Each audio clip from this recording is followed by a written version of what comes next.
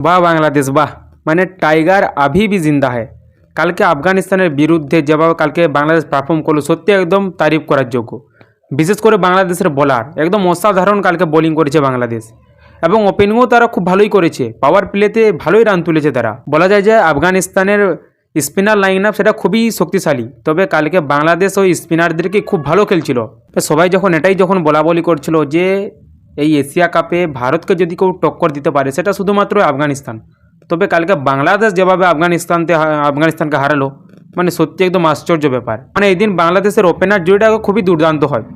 Opener হচ্ছে মানে সাইফ হাসান এবং তানজিদ হাসান, মানে এরা 28 বলে 30 রান করে সাইফ হাসান, আর 31 বলে 52 রান করে তানজিদ হাসান, মানে এরা দুর্দান্ত। বিশেষ করে তানজিদ হাসান মানে সে একদম আক্রমণাত্মক ব্যাটিং করছিল।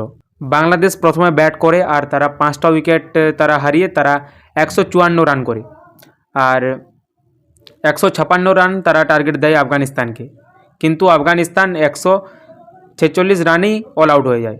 মানে বাংলাদেশ এই ম্যাচটা জিতে সুপার 4-এ তারা টিকে থাকার জন্য তারা রইল।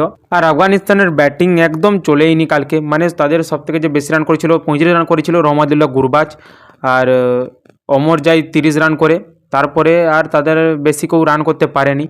আর ভাই বাংলাদেশের বোলাররা একদম তাদেরকে বেশি রান করতেই দেয়নি। মানে বাংলাদেশের বোলার মুস্তাফিজুর রহমান মানে আমার বাংলাদেশের মধ্যে সবথেকে ফেভারিট বোলার, কালকে একদম 28 রান দিয়ে 3টা উইকেট নিয়ে নেয়, একদম অসাধারণ বোলিং পারফরমেন্স।